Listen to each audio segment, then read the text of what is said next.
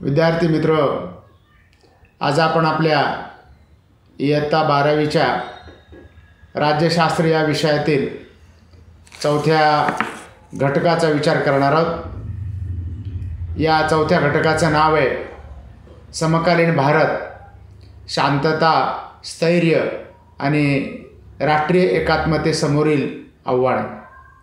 मित्र, या प्रकरणामध्ये आपल्या देशाची शांतता, स्थैर्य आणि राष्ट्रीय एकात्मतेसमोरील आव्हानं कोणकोणती आहेत हे आपण सविस्तरपणे अभ्यासणार आहोत। स्वातंत्र्यानंतर आपण लोकशाही शासन पद्धतीचा स्वीकार केला। 15 ऑगस्ट 1947ला आपल्याला स्वातंत्र्य मिळालं। लोकांनी लोकांच्यासाठी आणि लोकांकडून चालवलेले जे सरकार आहे, अशा प्रकारची राज्यव्यवस्था, शासन व्यवस्था आपण स्वीकारली। या लोकशाही शासन पद्धतीमध्ये वैचारिक विविधता असते। विचारामध्ये वेगवेगळ्या प्रकारचे विविधता आपल्याला पाहायला मिळते। काही डाव्या विचारसरणीचे, काही उजव्या विचारसरणीचे, काही सकारात्मक विचार करणारे, अशा प्रकारची एक विशिष्ट प्रकारची समाजरचना याच्यामध्ये आपल्याला पाहायला मिळते। कारण समाजातील सर्व घटकांना सामावून घेण्याचा प्रयत्न आपल्या या राज्यव्यवस्थेमध्ये केलेला असतो। ही विविधता सामाजिक स्वरूपाची असते, आर्थिक स्वरूपाची असते, राजकीय स्वरूपाची असते आणि सांस्कृतिक स्वरूपाची असते। आपला देश हा विविध जातीमध्ये, धर्मामध्ये, पंथामध्ये विभागलेला पाहायला मिळतो। आपल्या देशामध्ये विविध जातीचे लोक राहतात, विविध धर्माचे लोक राहतात, विविध पंथाचे लोक राहतात।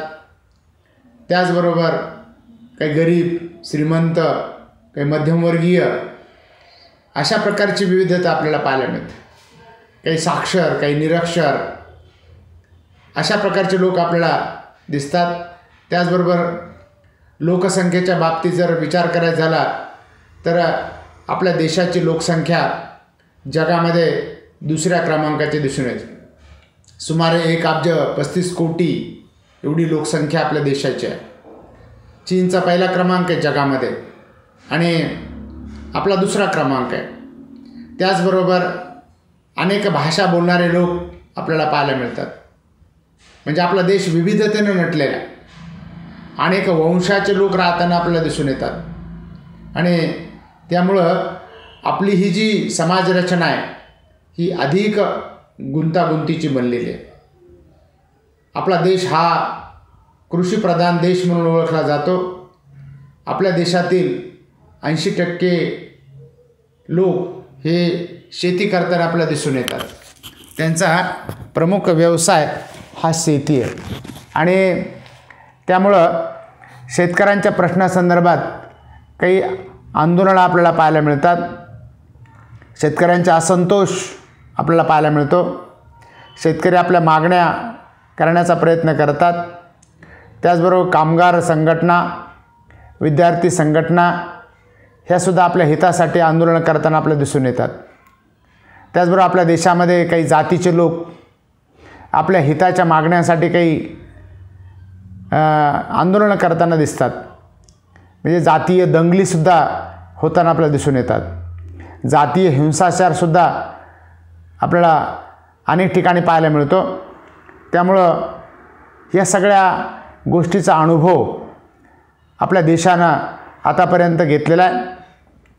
त्यामुळं आपल्या देशामध्ये शासनामध्ये सुव्यवस्था असली पाहिजे आणि कायदा अंमलबजावणी करताना कोणकोणत्या बाबीची कमतरता आपल्या देशामध्ये उद्भवते, सार्वजनिक अराजकता याची कारणं काय आहेत, याची चर्चा या प्रकरणामध्ये आपण करणार आहोत।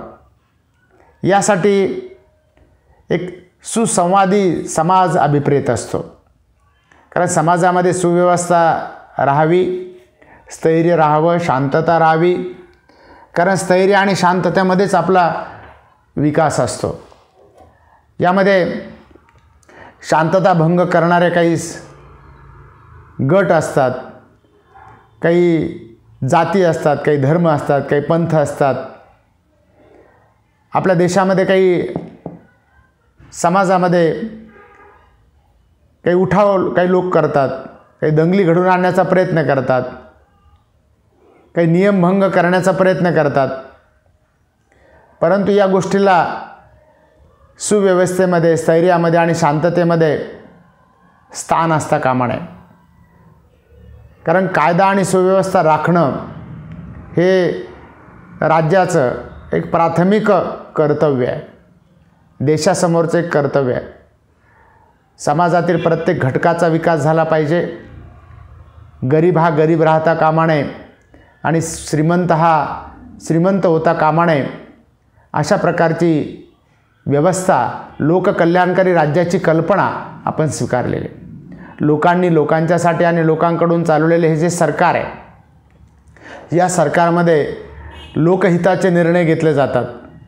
त्यामुळं राज्याच्या प्रगतीसाठी राजकीय, आर्थिक, सामाजिक आणि सांस्कृतिक या बाबीमध्ये घटकामध्ये समन्वय असणं गरजेचं आहे. त्यासाठी शांतता आणि स्थैर्याची नितांत आवश्यकता असते. याच्या अभावी देशामध्ये फुटीरतावादी प्रवृत्ती वाढीस लागताना आपल्याला दिसून येतात. बघा देशामध्ये बघा, या देशामध्ये राहून दुसऱ्या देशाचं गुणगान गाणारे काही लोक आपल्याला पाहायला मिळतात. म्हणून यामुळं राष्ट्रामध्ये एकी राहिली पाहिजे, ऐक्य राहिलं पाहिजे. शांतता असेल तर आपल्याला सगळ्यांना आपली प्रगती करता येते. त्याचबरोबर स्थिरता असेल तर आपल्याला आपली प्रगती करता येते. त्यामुळे ह्या बाबी देणं सरकारची प्रमुख जबाबदारी असते. त्याचबरोबर नागरिकांचे काही कर्तव्य असतात, सरकारचे काही कर्तव्य आहेत, सरकारचे काही अधिकार आहेत, नागरिकांचे काही कर्तव्य आहेत, नागरिकांचे अधिकार आहेत. प्रत्येकाचं एक कर्तव्य आहे. मित्र, आपण प्रार्थना केलेली, प्रतिज्ञा घेतलेली, भारत माझा देश आहे, सारे भारतीय माझे बांधव आहेत, माझ्या देशावर माझं प्रेम आहे, माझ्या देशातल्या समृद्ध आणि विविधतेने नटलेल्या परंपरांचा मला अभिमान आहे. म्हणजे आपल्या विविध धर्माचे लोक राहतात, ते विविध धर्माचे लोक आपापल्या परंपरा जोपासतात. म्हणून प्रत्येकानं गुण्यागोविंदानं नांदण्याचा विचार केला पाहिजे आणि सर्वच गटामध्ये सामंजस्य राखण्यासाठी राज्यानं पुढाकार घेतला पाहिजे, अशी अपेक्षा असते. यातूनच राष्ट्र उभारणी होते. आपल्याला राजकीय स्वातंत्र्य मिळालं, पण राजकीय स्वातंत्र्यानंतर सुराज्य आलं पाहिजे. कारण नुसतं राज्य असून चालत नाही. आपण स्वतंत्र झालो, पण विचारसरणीच्या माध्यमातून आपण खऱ्या अर्थानं विकसित झालं पाहिजे. त्याचबरोबर राष्ट्रीय एकात्मता निर्माण करण्याची गरज आहे. हा देश माझा आहे, त्याच्यामध्ये माझं कर्तव्य आहे की या देशाची एकता राहिली पाहिजे. या देशामध्ये राहून दुसऱ्या देशाचं गुणगान गाता कामा नये. म्हणून यापूर्वी मित्र आपण 11वीच्या राज्यशास्त्रामध्ये काही संकल्पनांचा अभ्यास केला. राष्ट्र म्हणजे काय, राष्ट्रवाद म्हणजे काय आणि राज्य म्हणजे काय, या संकल्पना आपण अभ्यासल्या.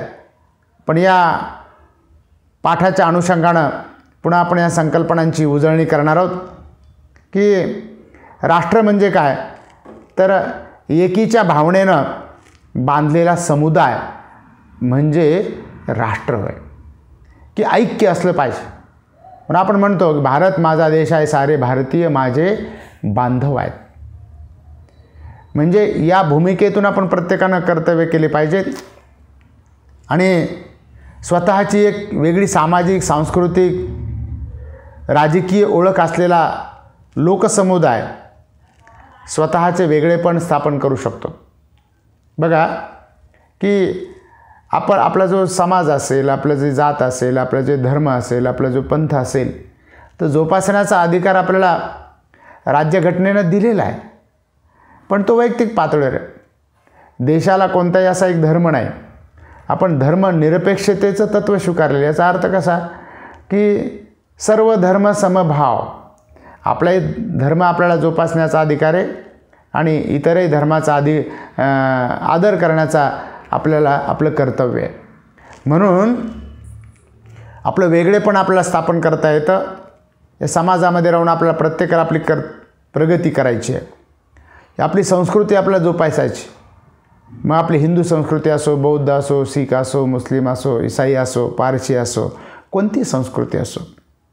कारण आपला जे धर्म आहे, आपला जो भाषा आहे किंवा आपला जो इतिहास आहे, यामुळं एक साधर्म्य निर्माण होतं. एका प्रदेशावर आपण राहतो, त्यामुळं आपले सगळे भाऊ आहेत या भूमिकेतून जर आपण वागलो तर प्रत्येकाची यामध्ये प्रगती होते. म्हणून या भावनेनं, एकीच्या भावनेनं बांधलेला समुदाय म्हणजे राष्ट्र हे आपण 11वीमध्ये शिकलो. त्याचबरोबर राष्ट्रवाद म्हणजे एक अस्मिता निर्माण झाली पाहिजे. आपल्या देशाबद्दल आपल्या मनामध्ये प्रेम असलं पाहिजे, एक जिव्हाळा असला पाहिजे, निष्ठा असली पाहिजे. आणि ही जी भावना आहे हिलाच राष्ट्रवाद म्हटलं जातं. आम्हीच खरे भारतीय आहे आणि यातून स्वत्व याची जाणीव होते की मीही एक या देशाचा नागरिक आहे, माझंही काही कर्तव्य आहे. म्हणून राष्ट्रवाद वांशिक, धार्मिक, भाषिक इत्यादी समुदायामध्ये एकीची भावना निर्माण करणारा घटक आहे. मग वेगवेगळे धर्म असू द्या, जाती असू द्या, पंथ असू द्या, भाषा असू द्या, यातून एकी निर्माण होते. आपण सगळे भारतीय आहोत. जेव्हा राष्ट्रातील लोक सार्वभौम राज्याची मागणी करतात, म्हणजेच स्वयंनिर्णयाच्या हक्काची मागणी करतात, तेव्हा त्या राष्ट्राला स्वयंनिर्णयाची जी आस लागलेली असते त्या दिशेनं राज्याला जाता येतं. कारण राष्ट्राचं राज्यामध्ये रूपांतर कधी होतं? कारण राज्य म्हणून घेण्यासाठी 4 घटकांची आवश्यकता असते. एक तर लोकसंख्या पाहिजे, निश्चित भूप्रदेश पाहिजे, स्वतंत्र शासन व्यवस्था पाहिजे आणि सार्वभौम सत्ता पाहिजे. 15 ऑगस्ट 1947ला आपल्याला स्वातंत्र्य मिळालं. त्या अगोदर आपल्याला खऱ्या अर्थानं आपला देश राष्ट्र असं आपल्याला म्हणता येत नाही. कारण लोकसंख्या होती, भूप्रदेश होता, पण शासन व्यवस्था स्वतंत्र नव्हती आणि सार्वभौम सत्ता आपल्या देशाची नव्हती. म्हणजे सार्वभौमत्व याचा अर्थ पूर्ण अधिकार आपल्या देशातील लोकांच्या हातामध्ये केंद्रित झाले. स्वातंत्र्यपूर्व काळामध्ये इंग्रजांच्या हातामध्ये हे सार्वभौमत्व होतं, आपल्या हातामध्ये सार्वभौमत्व नव्हतं. आज आपण आपले प्रतिनिधी निवडून पाठवतो आणि आपले प्रतिनिधी आपल्यामार्फत राज्यकारभार करतात. हे राज्य, याला राज्य म्हटलं जातं. बघा, आपल्या देशाचा भूप्रदेश हा निश्चित आहे. जम्मू काश्मीरपासून तर कन्याकुमारीपर्यंत हा विस्तीर्ण पसरलेला आपला देश. त्याचबरोबर स्वतंत्र शासन व्यवस्था आपण निर्माण केलेली की गेल्या 70 वर्षापासून हा अनुभव आपण घेतो आहोत की स्वतंत्र शासन व्यवस्था आहे. विशिष्ट कालावधीमध्ये या लोकप्रतिनिधींसाठीच्या निवडणुका होतात. बहुमताच्या आधारावर लोक आपले प्रतिनिधी निवडून पाठवतात आणि त्यातून राष्ट्र उभारणीचं कार्य हे आपल्यासाठी हे लोकप्रतिनिधी करताना किंवा आपण करताना दिसून येतं. म्हणून राज्यामधील लोक विविध वंश, धर्म, भाषा जोपासणारे असू शकतात. त्या लोकांमध्ये स्वतःची ओळख असण्याची जाणीव असू शकते, परंतु राज्य निर्माण करण्यासाठी त्यांनी एक दिलानं राहण्याची गरज आहे, एकीने राहण्याची गरज आहे. जगातील जे अनेक देश आहेत ते बहुवांशिक, बहुधर्मीय आणि बहुसांस्कृतिक आहेत. बघा, जगामध्ये असे देश, त्यामुळे कोणत्याही राष्ट्राला राष्ट्रीय ऐक्य, एकता आणि सबलीकरणाच्या समस्येला सामोरं जावं लागतं. की देशामध्ये एकता निर्माण करणं किंवा ऐक्य निर्माण करणं आणि देश बलवान बनवणं, ह्या समस्या या अशा बहुभाषिक, बहुधर्मीय, बहुवांशिक देशांना जाणवते. म्हणून ही समस्या एकात्मता साध्य करण्याची आहे। यामध्ये राज्याची भूमिका कोणती आहे? तर राष्ट्रवाद, धर्मनिरपेक्षता, लोकशाही यासारखी मूल्ये आपण स्वीकारली, त्याचबरोबर आर्थिक प्रगती आणि समाज परिवर्तन यासाठीची उद्दिष्ट राज्याची भूमिका स्पष्ट करतात। ही भूमिका काही मुद्द्यांच्या आधारे आपल्याला सांगता येते। त्यामध्ये 4 घटकांची चर्चा करता येते, 5 घटकांची चर्चा करता येते, म्हणजे शांतता आणि सुव्यवस्था राखणं, आर्थिक प्रगती करणं, त्याचबरोबर राष्ट्र उभारणीचं कार्य करणं, शासनाची व्यवस्था करणं आणि लोककल्याण साधणं, यातून आपल्याला राज्याची भूमिका स्पष्ट करता येते। पहिला घटक आहे तो म्हणजे शांतता आणि सुव्यवस्था निर्माण करणं। राज्य समाजामध्ये शांतता आणि सुव्यवस्था प्रस्थापित करण्याचा प्रयत्न करत असते। त्याचबरोबर राज्याचा मूळ हेतू संरक्षण हा आहे। देशातील प्रत्येक नागरिकाला संरक्षण दिलं पाहिजे, अंतर्गत संरक्षण आणि बाह्य देशांपासून असलेलं संरक्षण ही राज्याची प्राथमिक जबाबदारी आहे। या कार्याला राष्ट्र उभारणीचं कार्य असं संबोधलं जातं। म्हणून दुसऱ्या देशाचं आक्रमण होता कामा नये। दुसऱ्या देशाचं जर आपल्या देशावर आक्रमण होत असेल तर आपल्या देशाला ते परतवून लावण्याचा पूर्ण अधिकार आहे। राजकीय व्यवस्थेचं अस्तित्व हे आंतरराष्ट्रीय वा देशांतर्गत परिस्थितीमुळे धोक्यात येऊ शकतं। जर जे आपण निवडून पाठवलेले सरकार आहे, शासन आहे, आणि ही जी राजकीय व्यवस्था आपण निर्माण केली लोकशाही शासन पद्धतीची, यामुळं काय होतं की जगातली परिस्थिती किंवा देशांतर्गत परिस्थिती यामुळे सुद्धा ही शासन व्यवस्था धोक्यात येऊ शकते। देशाचं संरक्षण करणं, देशाचं अस्तित्व टिकवणं, त्याचबरोबर संविधानाचं संरक्षण करणं आणि ही राजकीय व्यवस्था टिकवणं ही राज्याची प्रमुख भूमिका असते।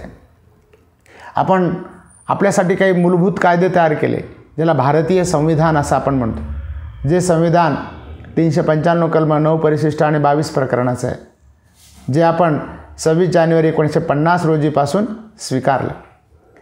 कारण हे आपले देशाचे मूळ कायदे आहेत आणि यातून मग याचं संरक्षण करण्याची जबाबदारी ही राजकीय व्यवस्थेची आहे, प्रत्येक समाजातील घटकाची आहे। त्यातून ही भूमिका आपल्याला स्पष्ट होताना दिसून येते।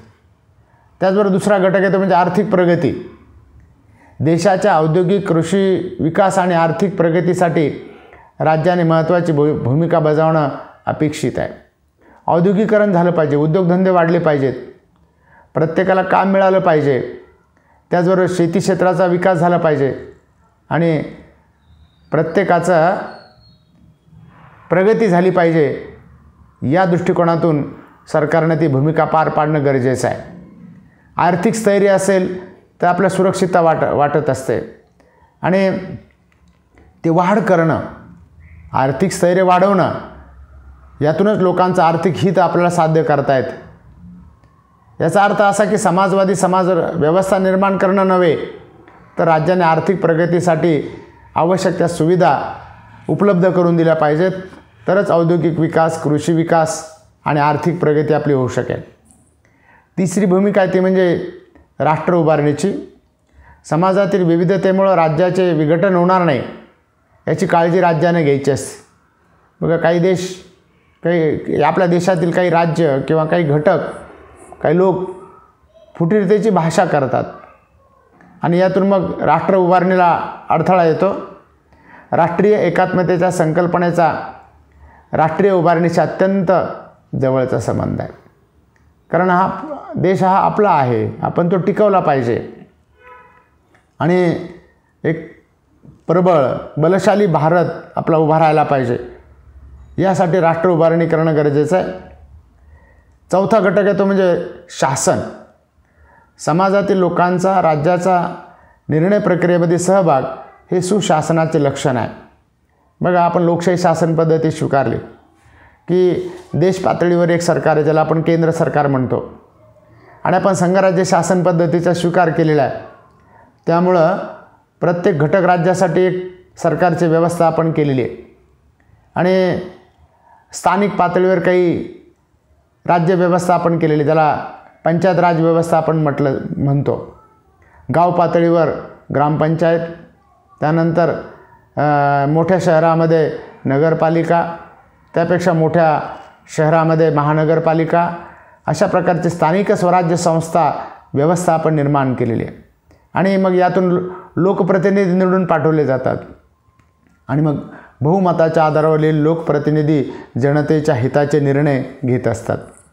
हे लोकशाहीकरण किंवा लोकसहभागाचं राज्य असं यामध्ये म्हटलं जातं. ही शासन व्यवस्था लोकांनी लोकांच्यासाठी आणि लोकांकडून चालवलेलं सरकार आहे. यामध्ये बहुमताला किंमत असते. एक जरी मत दुसऱ्या उमेदवारापेक्षा जास्त पडलं की तो उमेदवार विजयी म्हणून घोषित केला जातो. आणि शेवटची भूमिका राज्याची ती म्हणजे लोककल्याण साधणं. कारण आपण लोककल्याणकारी राज्याची कल्पना स्वीकारलेली आहे.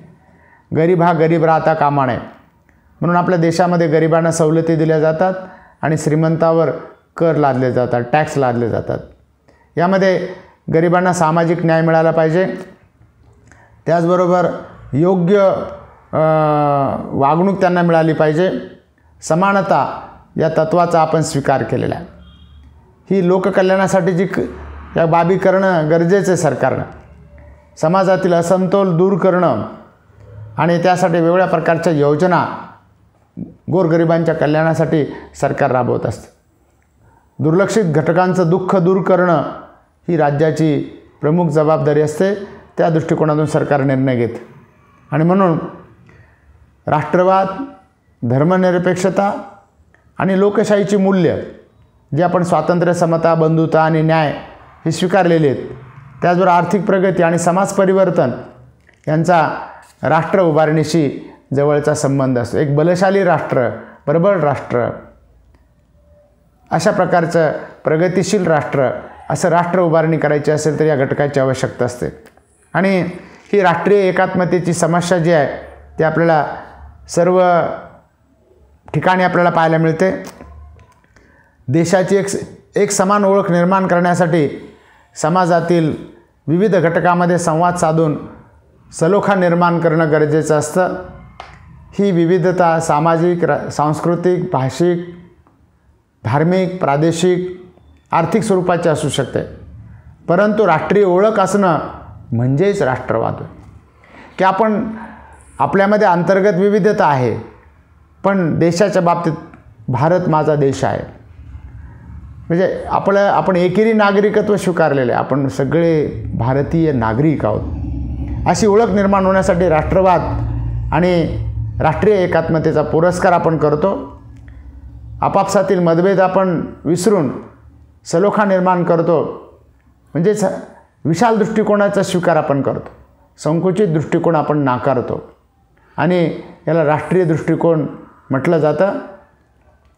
म्हणून डॉक्टर सर्वपल्ली राधाकृष्णन, भारताचे तिसरे राष्ट्रपती, यांनी असं मत व्यक्त केलं होतं की राष्ट्रीय एकात्मता ही विटा किंवा सिमेंटने निर्माण करता येत नाही किंवा ती छन्नी आणि हातोड्याने निर्माण करता येत नाही, तर ती शांतपणे लोकांच्या मनात आणि हृदयात निर्माण व्हावी लागते. हा देश माझा आहे, मी तो टिकवला पाहिजे.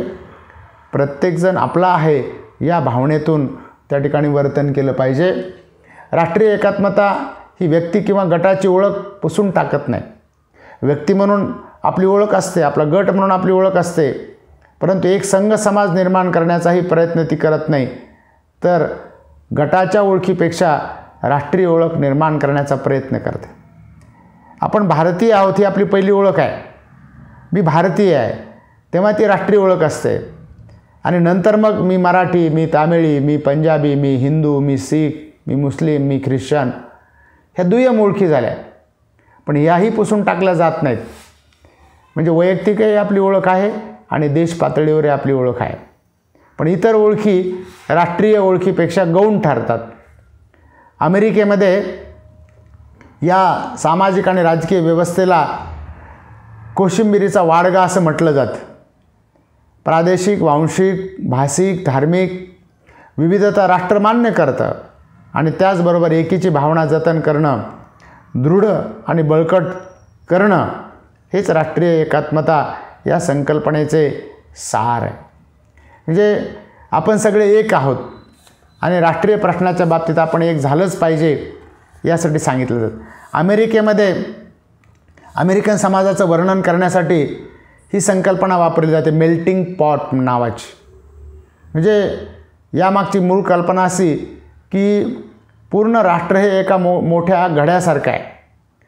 म्हणजे अमेरिकेमध्ये प्रवेश करणारी जी व्यक्ती आहे ही या मोठ्या घड्यामध्ये येते आणि कालांतराने अमेरिकी व्यवस्था आणि तेथील समाज यांच्याशी एकरूप होते.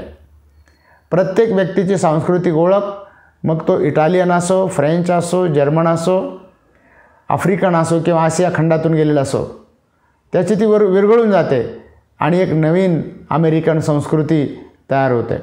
याला सलाड बाउल असं म्हटलं जातं किंवा कोशिंबिरीचा वाडगा असं म्हटलं जातं. आणि अशी जी ओळख आहे ही सांस्कृतिक एकत्रीकरणाला न मानता असे मानते की प्रत्येकाची वेगळी संस्कृती असू शकते. जणू कोशिंबिरीमध्ये वेगवेगळ्या प्रकारचे घटक असतात बघा. मग त्यामध्ये एखादा कांदा असेल किंवा एखादा टोमॅटो असेल, गाजर असेल किंवा एखादं भाजी आपण टाकली असेल किंवा त्याच्यामध्ये हे असेल तुमचं एखादा आंबट पदार्थ टाकलेला असेल, तर असं मिळून एक त्या ठिकाणी त्याला कोशिंबीर म्हटलं जातं. आणि ही कोशिंबीर खाताना त्याची एकत्र आपल्याला चव तर मिळतेच, परंतु प्रत्येकाचं वेगळं असं वैशिष्ट्य आपल्याला जाणवतं. म्हणून कोशिंबिरीचा वाडगा म्हणजे विविधतेने नटलेला देश असं आपल्याला म्हटलं जातं. जे कोशिंबिरीला वेगळी चव देतात आणि स्वतःचे वेगळे अस्तित्वही जपतात. म्हणजे एक देश म्हणून आपण सगळे एक आहोत आणि प्रत्येकाचं एक वेगळं वैशिष्ट्य आहे, हे या वैविध्यपूर्ण समाजामध्ये आपल्याला पाहायला मिळतं. म्हणून मित्रहो, आपला देश हा एकीनं राहण्याच्या दृष्टिकोनातून या सगळ्या समस्या आपल्यासमोर आहेत.